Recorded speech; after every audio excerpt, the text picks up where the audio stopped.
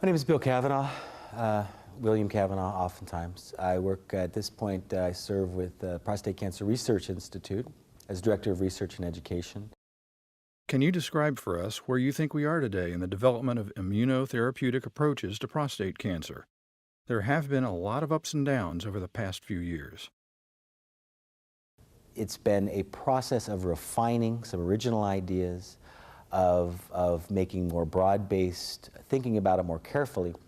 Of course, I think immunotherapy of prostate cancer was originally thought in terms of standard viral vaccination, the same concepts.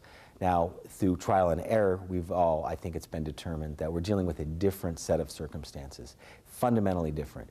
So a viral approach, a single antigen subcutaneously under the skin, everyone knows that's not going to work. But that process has begotten, I think, allied strategies that fit together with vaccination strategies, the idea that we are working probably against an inhospitable and an immune system that is challenging us back, which needs to be addressed. The idea that we need to look at settings of cancer that are not quite so advanced as those that have been attempted with immunotherapy. There are a variety of ways around that. But by and large, I think that you have to start somewhere, and you're mostly going to start with failure. But we've managed to maybe turn that very strategic corner upwards to where people are starting to see the kind of results that might lead to something that's very significant clinically. And of course, I think the Provenge experience has been groundbreaking. Obviously, many patients are looking forward to an early approval for Provenge, perhaps even late this year. How do you expect to see this form of treatment actually being used when it gets approved? Are you expecting to see a lot of use in patients with early-stage progressive disease, or do you see most use being in patients with hormone-refractory disease? Well, I think there's the theoretical and then there's the practical. And the theoretical, of course, is that if it works, once we're to a stage of disease that is far hormone refractory, that is metastatic, one would certainly anticipate there's no reason that it shouldn't work in an earlier stage of disease, because the therapy is at least theoretically, and it seems to be in practice, provoking the immune system to react against prostatic tissue. The prostate is a non-essential organ. We could do without it. Many men do without it through the rate of prostatectomy that's performed, and the entire organ is removed. So, in the absence of any evidence that there is a significant downside in terms of complications to the therapy, and there is no such evidence, the side effect profile is mild as it's been reported. One would expect it to be applicable and potentially desirable in earlier stages of disease. Functionally, pragmatically, in terms of reimbursements, in terms of the label the FDA elects to put on and how closely that's monitored, I certainly can't speak to how that's going to turn out. But those are both considerations. I think one, very much in the affirmative. The second, something that we'll just have to see how the environment reacts to it. Based on experience with Provenge and other immunotherapeutics, do you expect to see significant changes in the way we think about trial endpoints leading to the approval of such agents? Or do you think that the FDA will continue to focus on extension of survival times as the critical endpoint for most trials of this type of drug? I think so. I think the way we've been thinking about endpoints, which of course are all important to demonstration, especially regulatory demonstration of claims, of claiming that a particular compound or therapy leads to an effect that's desirable in the population. That's tougher than it sounds. But those claims, of course, that are demonstrated on the basis of endpoints that are written into prospective clinical trials. So classically, we think that survival is the ultimate endpoint, because if we can find an agent, a drug, a treatment that extends life, extends survival beyond a placebo or beyond another intervention to a very high level of proof, we expect that is a medically important finding. Now, there are other issues there are other endpoints aside from survival, and those endpoints, largely secondary endpoints, can be seen to be the response of the disease. We can image disease using CT and MRI and ultrasound and bone scans and another host of imaging modalities, so we can see the disease.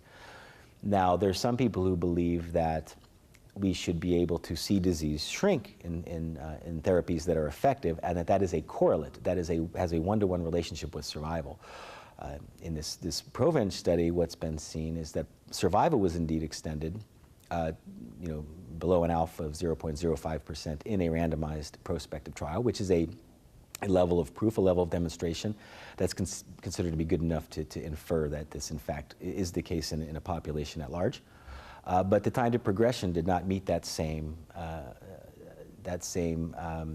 level of proof, and that, of course, creates a sort of a break between the time to progression endpoint and the survival endpoint. Now, is someone going to say, well, it extends survival, but it doesn't affect time to progression, therefore we should rethink our endpoints?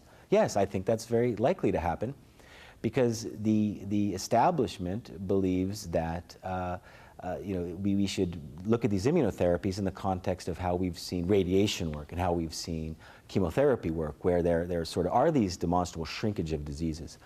In my position as an observer, that we ought not to presume that immunotherapies are going to work against secondary endpoints in the same way that other modalities that are cytotoxic, we're talking about direct application of cytotoxic energy or cytotoxic molecules, which will cause typically something to shrink. Whereas immunotherapies, we're just not quite certain that that is exactly what one should expect. It may be more subtle, it may be different.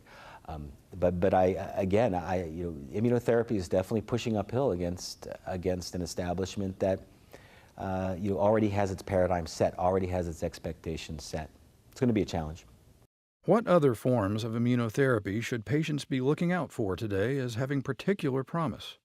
Are there any really good follow-ups to ProVenge in the pipeline?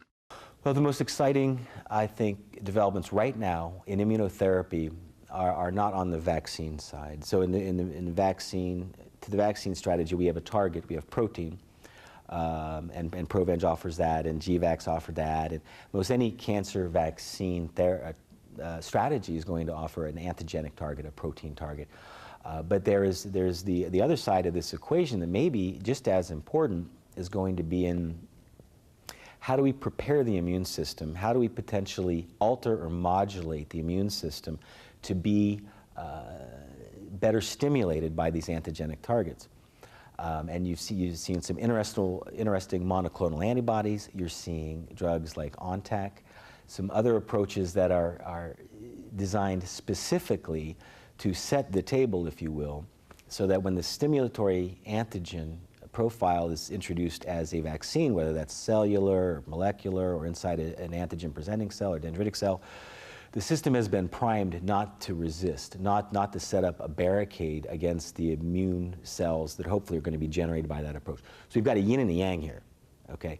Now, we may be as far as we can get with the yin, with protein stimulation. We may have to look at immunomodulating the milieu using these other class of drugs, put them together, and potentially add other assistant or adjuvant kinds of therapies, like debulking the tumor, trying to get the tumor volume down so that the immune system has a better chance. So again, you get these kind of aligned or combination strategies that are likely to be the next round here, I think.